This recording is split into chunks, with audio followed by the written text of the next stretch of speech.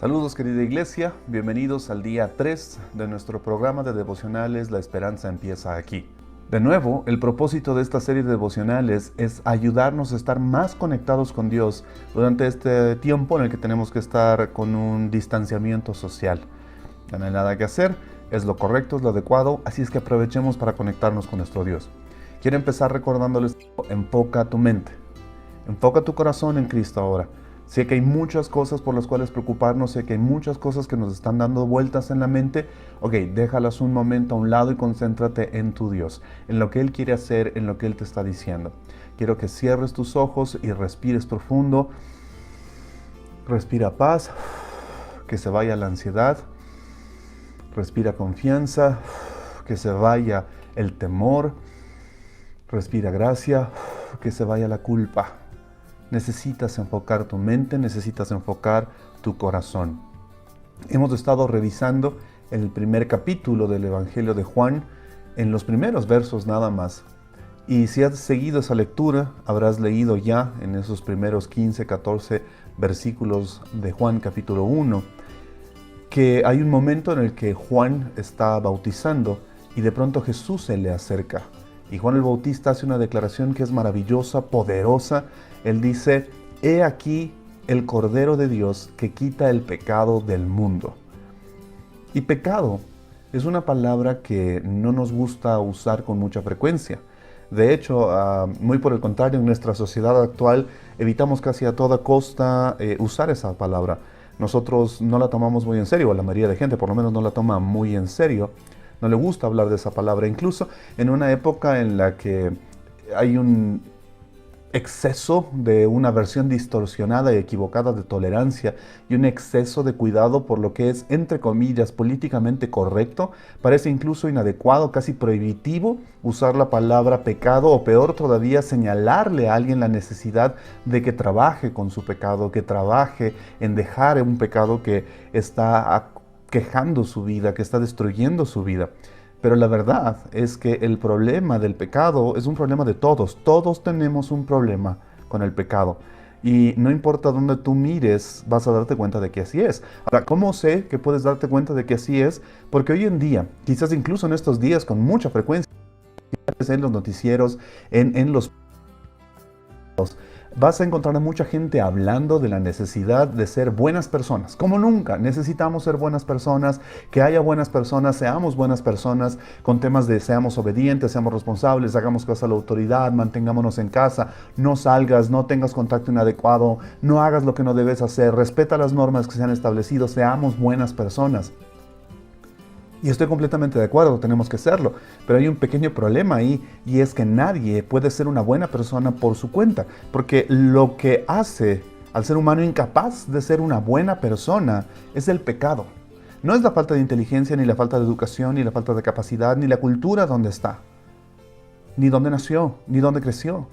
El problema de que no seamos capaces de ser buenas personas como este mundo lo necesita, como todos nosotros lo necesitamos unos con otros ahora, es el pecado. El pecado presente en nuestra vida nos hace incapaces de ser buenas personas. Ahora, para ayudarnos a entender esto, voy a plantearlo de la siguiente manera. La Biblia nos dice que hay una forma en la que el mundo debería funcionar, que el mundo fue creado por Dios como parte de su reino, y dentro del reino de Dios las cosas deben funcionar de una cierta manera. Te pongo ejemplos claros. Los padres deberían amar a los hijos y los hijos deberían honrar a sus padres. Los matrimonios deberían ser fieles y guardar los votos matrimoniales que se han hecho al momento de casarse. El racismo debería existir, el sexismo no debería existir, la gente debería ser honesta, debería ser digna de confianza, la gente debería ser generosa y amable, pero es grosera y codiciosa.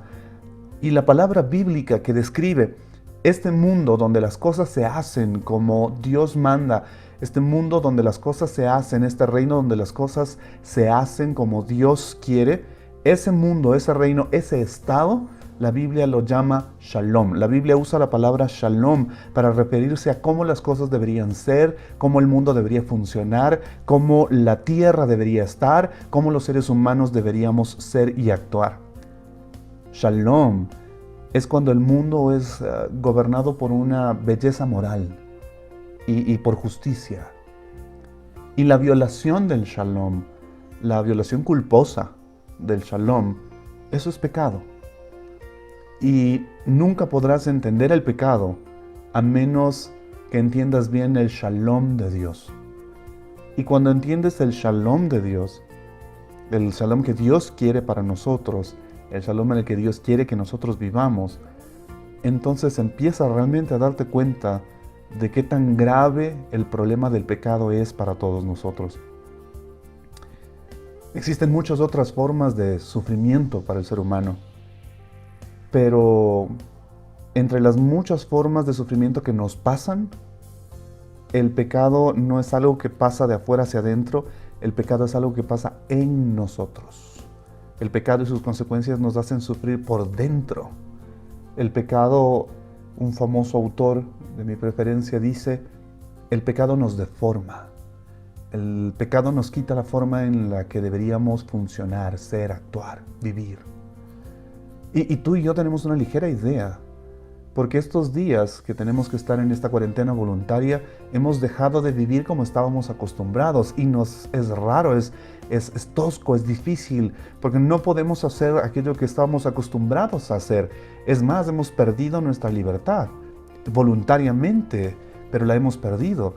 Y nos da una idea de qué difícil es vivir sin la capacidad completa de ejercicio de nuestra libertad. Bueno, este es un ejemplo de lo que el pecado hace en nuestra vida.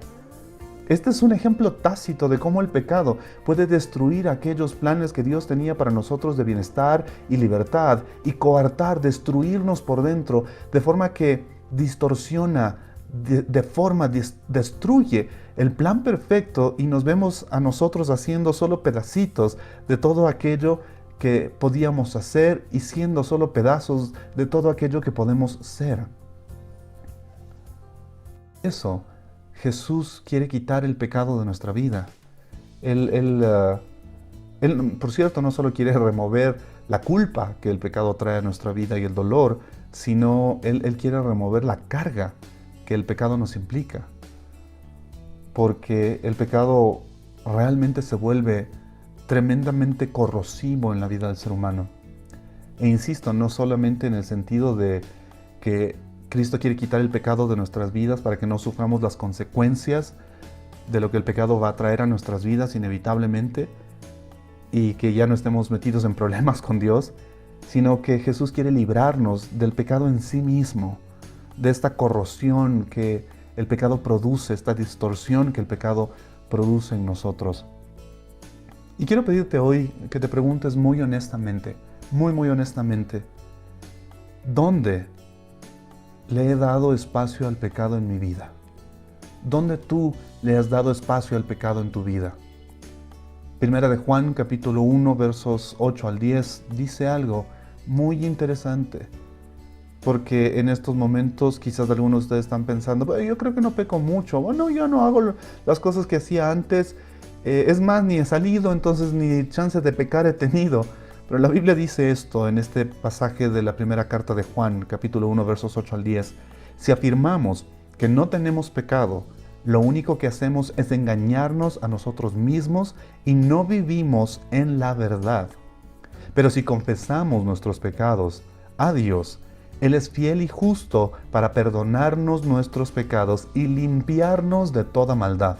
Si afirmamos que no hemos pecado, llamamos a Dios mentiroso y demostramos que no hay lugar para su palabra en nuestro corazón.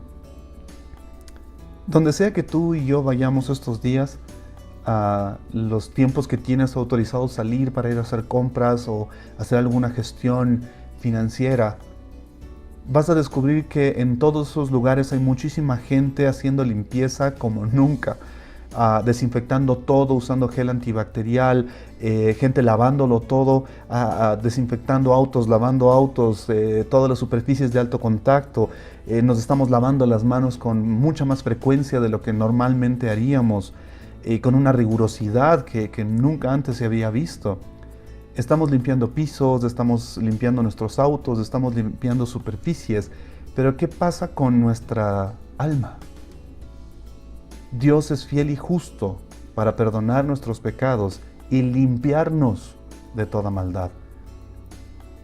¿Qué tiempo, qué esfuerzo estás dedicando no solo a mantener tu casa limpia, tus pisos limpios, tus zapatos limpios, tus manos limpias, sino tu alma limpia? Por eso es importante entenderlo. Tú no puedes limpiar tu alma. Puedes limpiar todo lo de afuera, pero no puedes limpiarlo de adentro. De hecho, nadie puede. Nadie más que Jesús. Jesús es el único que puede limpiar tu alma. Él es el gran limpiador de almas. Jesús es el gran limpiador de almas. Es el único que puede librarnos, limpiarnos del pecado y de la maldad. Por eso lo amo y por eso deberías amarlo tú. A Jesús me refiero. Porque si nosotros le confesamos nuestro pecado y nuestra maldad, Él es fiel y justo para limpiarnos de nuestro pecado. ¿Por qué? Porque solo Él puede hacerlo. Solo Él puede hacer algo con respecto a nuestro pecado y nuestra maldad. Así es que quiero invitarte a que eso sea lo que hagas hoy. Identifica muy claramente dónde está el pecado en tu vida, dónde el pecado ha ganado espacio en tu vida y pídele hoy mismo a Jesús que te limpie. Nos vemos mañana.